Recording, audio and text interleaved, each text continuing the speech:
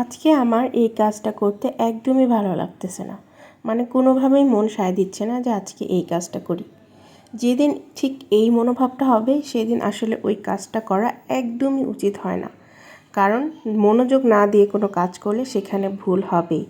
আর এই ছোট ছোট ভুলের জন্য কিন্তু আমাদের অনেক বড় মাসুল দিতে হয়। দেখা যায় যে জীবনের অনেক কিছুই তখন সমস্যায় পড়ে যায়। তো আজকে হয়তো অনেকেই ভাবছেন যে এই ভিডিওর সাথে এই ভয়েসের কী সম্পর্ক। হ্যাঁ, আমি একটু পরেই বলছি। সো হ্যালো এভরিওয়ান, আসসালামু আলাইকুম। It's me Sumi from around by Sumi.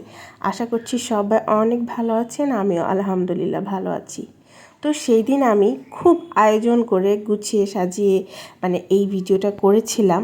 ভেবেছিলাম যে ভিডিওটা হয়তো অনেক সুন্দর হবে। সত্যি বলতে ওই দিন আমার বাসায় অনেক মেহমান ছিল। তো তারা আবদার করছিল, বিশেষ করে বাচ্চারা আবদার করছিল যে একটা কেক যেন তাদেরকে বানিয়ে দিই। আমি যদিও কোনো কেক স্পেশালিস্ট না, ওইভাবে পারি না, তবে হ্যাঁ, বাসায় ছোটোখাটো কোনো আয়োজন হলে টুকটাক কেক আমি বানাতে পারি, অতটুকু ভালো হয়। তো আমার বাচ্চারা যেহেতু সেদিন কেক খেতে চেলো আর মেহমানও চাইলো, তো ভাবলাম যে আমি একটা কেক বানিয়ে দেই। তবে সেই দিন আমার এত বেশি কাজের প্রেশার ছিল যে আসলে আমি একটু বিরক্ত হয়েই কাজটা করেছি, খুব তাড়াহুড়ার মধ্যে করেছি। তো এই কারণে তো ভিডিওটাতে আমার অনেক ভুল হয়েছে। সরি, ভিডিওটা না, এই কেকটা তৈরি করতে আমার অনেক ভুল হয়েছে। তো তাই আমি আর আজকে বললাম না এখানে কি কি দিয়েছি। তো আপনারা হয়তো বুঝবেন, আর অলরেডি অনেকেই হয়তো বুঝে ফেলছেন যে এখানে কত বড় একটা মিস্টেক হয়েছে এই কেকটা বানাতে। তো আপনারা একটু পরেই দেখবেন। আসলেই যেদিন দেখবেন যে কোনো কাজের প্রতি আগ্রহ না থাকে আর আগ্রহ নিয়ে কোনো কাজ না করলে সেই কাজে ভুল হবেই হবে।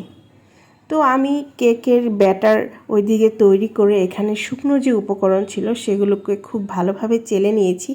এইখানেই আমি আসল ভুলটা করে ফেলি, সবগুলো উপকরণ নিয়েছি কিন্তু যেটা সবচেয়ে বেশি মেইন ছিল ওইটাই আমি নিইনি। হয়তো অনেকে বুঝেও ফেলেছেন, আমি বেকিং পাউডারটাই নিইনি।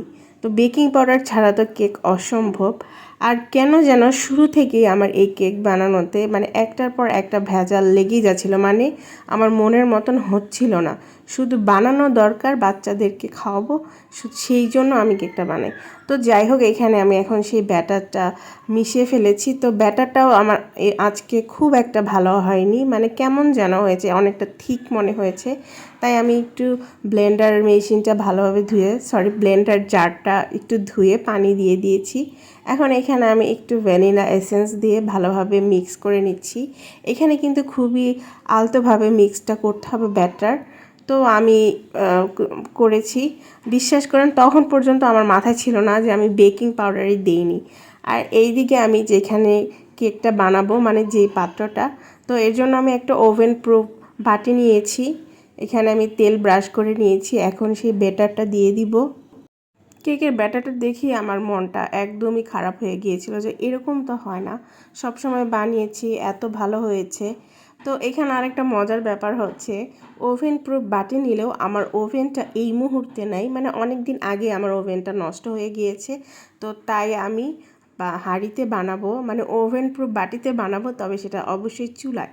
তো এই যে হঠাৎ করে চুলায় যখন কেকটা দিব তখনই মনে হলো যে আমি বেকিং পাউডার দিইনি। তখন আমি ইনস্ট্যান্ট যেটা মাথায় এসেছিল, বেকিং পাউডারটা একটু পানি দিয়ে গুলিয়ে আমি কেকের ব্যাটারের সাথে মিলে চুলায় বসিয়ে দিয়েছি। তো সেটার আমি ধারণ করিনি, সেটা আমি আপনাদেরকে দেখাইনি। আর আমার মন এদিকে এত বেশি খারাপ, কারণ একটা কেক বানানো অনেক এক্সপেন্সিভ, একদমই নর্মালভাবে বানালেও অনেক কিছু লাগে কেক বানাতে। তো আমার মনটা এত বেশি খারাপ। তো যাই হোক, এটা অনেকটা সময়ের পর, প্রায় 35 মিনিট পর, তো কেকটা আরেকটু বাকি আছে, আরেকটু হবে।